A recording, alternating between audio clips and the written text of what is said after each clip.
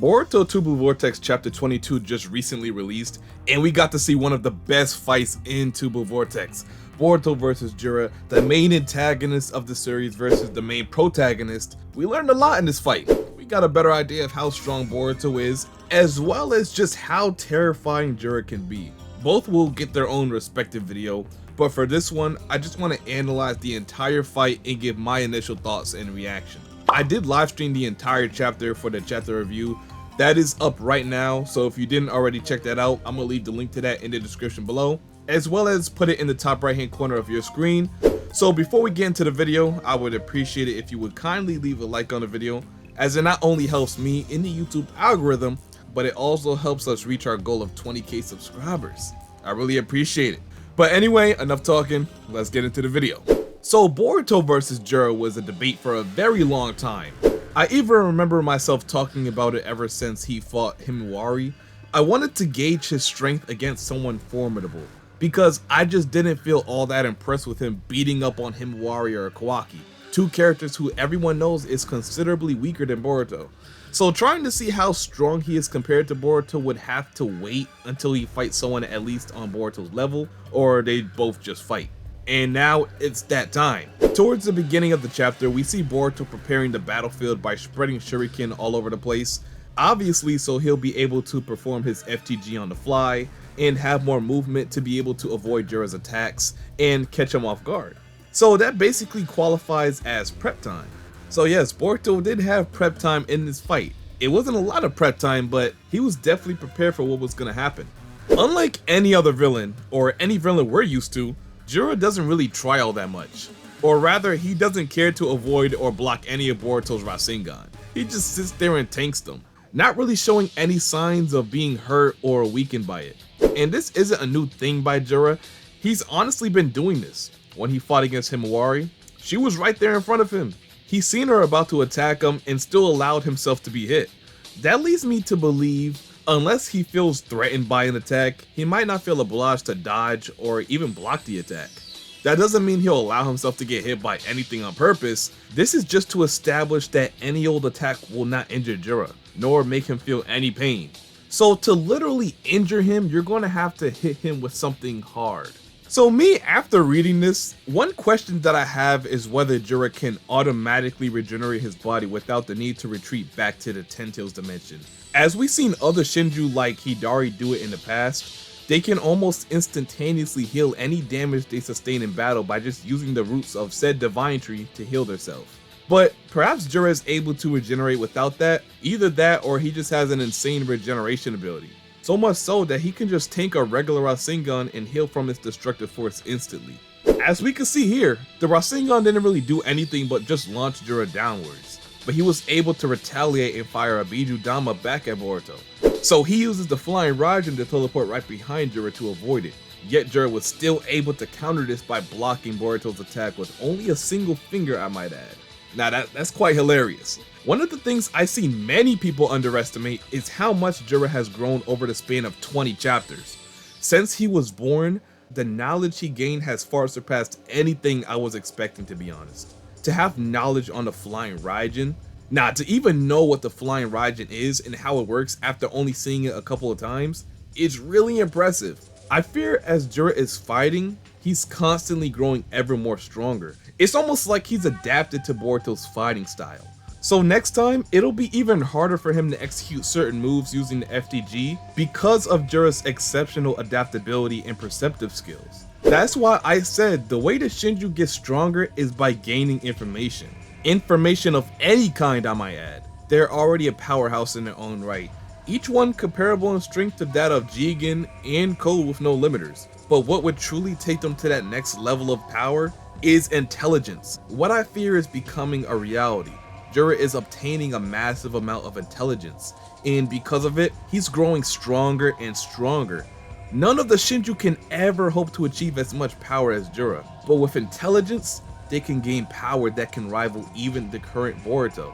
So that's just how important intelligence and information is to the Shinju. They feed off of it. It's like food to them. Hence the whole reason they have targets in the first place. It's all for information. Even through his readings, Jura has grown in strength due to gaining knowledge, and this is a prime example of how it looks in combat. Now we tune into Kashin, Koji, and Ada, basically explaining that Boruto is pretty much cooked. With this sequence of events, there is no way he can win against Jura. Now, we did talk about this on stream. Of course, I plan to make another video deep diving on Kashin Koji's role in this situation, and not only Koji, but Ada's role too. Because as singularities of fate, it's up to them to get Boruto out of this situation. But as it pertains to this statement right here that Boruto cannot win with the current sequence of events, that could insinuate something. We know now that Boruto will probably be the one to defeat Jura, but we just don't know how, nor what needs to be done for that to happen. All we know is that the way it's being done right now is not the way to go. But if there was, I wonder how Koji would envision it.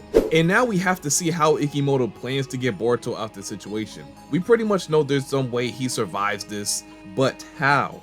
If Koji says there's a surefire possibility that Boruto's done, how can the timeline change so Boruto doesn't die? Like I just said, what does Boruto need to do? What sequence of events need to play out for Boruto to win? Does he need more power? Does someone need to come help him? What had to happen in order for Jura to be defeated? At the current moment, that's what I'm most excited about as it pertains to this situation. So the rest of the conversation is just Koji explaining to Ada as to why Boruto can't just teleport away from the battlefield. Once again, raising the stakes of the battle and creating a more pressuring environment. Jura won't give Boruto any time to teleport because in order to use FTG, he has to focus on a chakra marked object. The further away it is, the harder it is to detect. So he needs more time to concentrate, time he literally does not have with Jura pressuring him. And even if he could, it still wouldn't be wise because he'd put other people in danger, because Jura would still be there with Sarada, Mitsuki, and Konohamaru. And then he'd just get Ryu and Matsuru's Thorn Soul. And then that'll just defeat the purpose of having this mission in the first place. Boruto has no choice but to stay and fight. Now, Boruto and Jura have a conversation. It seems Jura is a little intrigued with Boruto, not only because he knows too much about them and had unexpected knowledge on the Thorn Souls, but he also was interested in learning about love. But as you can see, Boruto is uninterested in talking to him. He's just worried about how he's gonna win the fight. Since a regular Rasengan didn't work, his only choice is to use Uzuhiko. After this, Jura tries to ask Boruto another question. He wants to know what is love. We heard what Jura thinks love is before.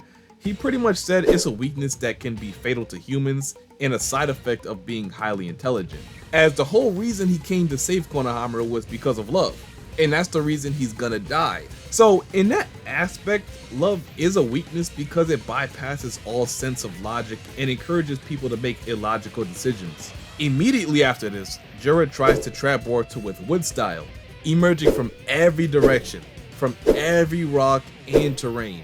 Eventually Boruto starts to become overwhelmed and gets struck by it, sending him down along with his sword. So Boruto falls down and gets trapped by Jura's wood style. Seeing Jura stand by his sword kinda irritates Boruto to the point where he blindly threatens him that if he does anything to that sword, he will show him a fate worse than death.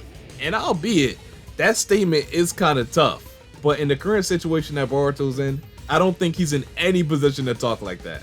So Boruto threatens him, and then Jura says again, tell me where your accomplice is, and the blade will retain its original form. But either way, Boruto still must be killed. That's not much of a negotiation, to be fair. Okay, so Boruto finally starts talking back, and he comments on what Jura said earlier about love. He says, you might be right about love being a flaw and a weakness to us humans, but, and this is my opinion, as he breaks out of Jura's wood style using the Rasengan Uzuhiko, he says that's precisely why you'll never be more than just trees.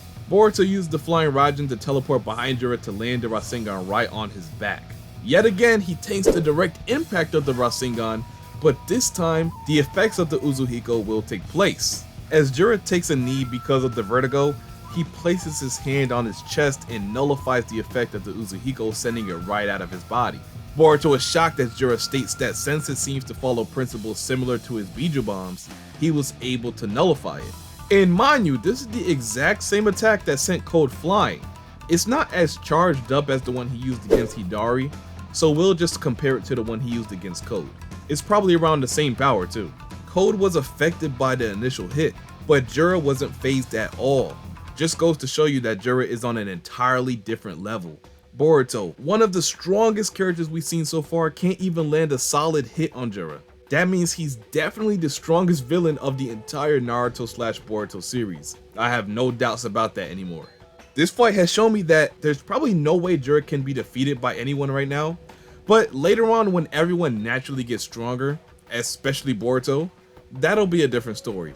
But as of right now, the only thing they can hope to do is contain Jura. Pretty much don't get him angry and keep Boruto and Himawari hidden away from him. So that's the end of the fight as well as the chapter. Like I said earlier, I do plan to go deeper in detail of how strong Jura actually is. He's definitely going to get his own individual video. I just wanted to use this video to break down the whole fight between Boruto and Jura. So if you want to see that, be sure to like the video, comment, subscribe, and turn on those post notifications so you get notified whenever I upload or go live for chapter spoilers. And until my next video, I'll see you boys and girls later. And I'm out. Peace.